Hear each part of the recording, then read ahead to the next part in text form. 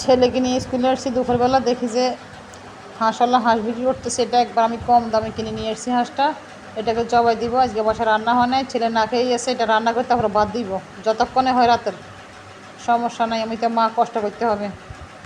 বিসমিল্লাহ করে জবাই দিয়ে দিব এখন। একেবারে পানির দামে কিনছি। হাঁসওয়ালা বলছে 3-4 কেজি হবে, 4 কেজি বাদ দিলাম, 3 কেজি হইলেও খারাপ হয় না। যে কোনো হাঁসের মাংস এমনি আসলে টেস্ট বেশি, জবাই দিয়ে দিলাম। হাত দিয়ে পশমগুলো টেনে টেনে ছিটতেছি, যদি গরম পানি লাগে একটু গরম পানি দিয়ে দিব পরে। ডানা আর লেজ অনেক শক্ত, আর হাঁসের বয়সে বেশি, অনেক শক্ত বোঝা যাচ্ছে। মাশাআল্লাহ, ভিতরে একবার সাদা দবদবে পরিষ্কার। পশমগুলো সব তুলে ফেলতেছি আমি। রান্না হয় নাই, না খেয়েই আছে। হাঁস রান্না করে তারপর বাদ দিব, আজকে কিচ্ছু করার নাই।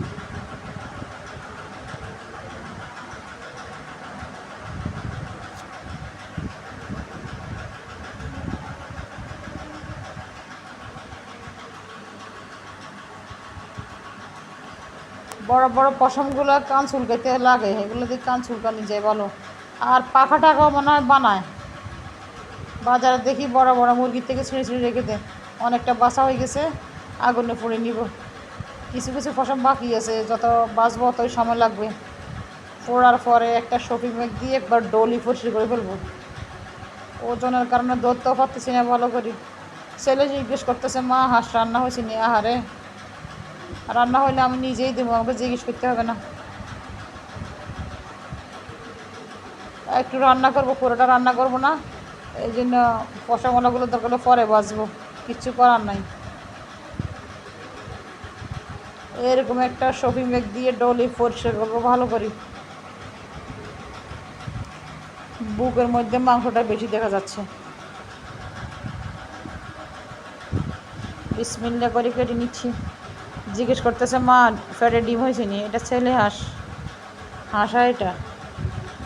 তাও আমি দেখি, আমি ভালো করে চিনি না। হাঁসা হাঁসি চিনা জানা চিনি হাঁসের। আমার এটা ছেলে হাঁস। ছেলে হাঁসের ডিম হয় 2টা রে আব্বা। আমার ছেলে হাঁসে। অনেকগুলো মাংস হয়েছে, মনে হয় 3 কেজি হবে এখানে। হাঁসের এমনিতেই মাংস বললেও হাঁটিটা বেশি। কিছু রান্না করবো, বাকিগুলো পরে ঠিক করব। কলজাটা দিয়ে দিলাম, কলজাটা খাসি কলজা মতো। পেঁয়াজ দিয়ে দিলাম, লবণ দিয়ে দিলাম, হলুদ মরিচ দিয়ে দিচ্ছি।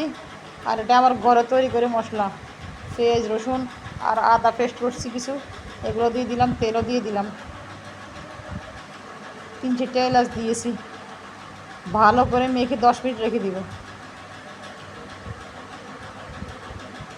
ঝোল যাতে ঘন হয় এই জন্য মশলা একটা বেশি দিব। কলজাটা পরে দিব, ভেঙে যেতে পারে।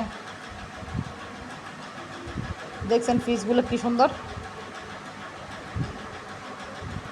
খাসির মাংস মতো দেখা যাচ্ছে পিসগুলো। আর একটু তেল দিয়ে দিচ্ছি, ভালো করে মেখে নিব। আর একটু মশলা দিলাম, যেহেতু ঝোলটা ঘন ঘন হবে।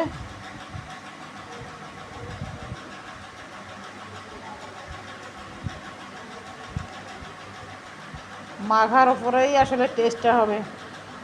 মাখতে মাখতে মনে হয় যেন 50% মাখা, কারণে রান্না হয়ে গেছে। রান্না চাপা দিলাম, হয়ে গেছে। আর বেশি দেরি নেই, ঘুম থেকে উঠে তারপরে খাবার দিব।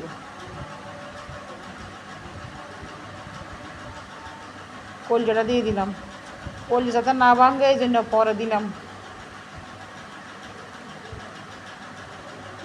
আমার রান্না অনেকটা হয়ে এসছে। আর একটু লবণ দিয়ে দিলাম, মনে হয় যেন লবণ কম দিছি। এদিকে বেগুন দিয়ে, টমেটো দিয়ে, আলু দিয়ে রান্না বসাইছি। আর হাঁসের মাংস, ওরে আল্লাহ, যে তেল উঠছে। লবণ দেখলাম, সামান্য একটু লবণ দিয়ে দিলাম। বেগুনটা রান্না হয়ে গেছে আমার। বিসমিল্লাহ। ভাতও গরম, হাঁসের মাংস গরম। সারাদিনের খাবার এখন খাইতে বসছি, রাতে 12টার উপরে বাজে। আর ছেলেকেও বেড়ে দিব। মাংসটা খুব সুন্দরভাবে রান্না হয়েছে, স্বাদও ভালো হয়েছে। সবাই ভালো থাকবেন, আল্লাহ হাফেজ।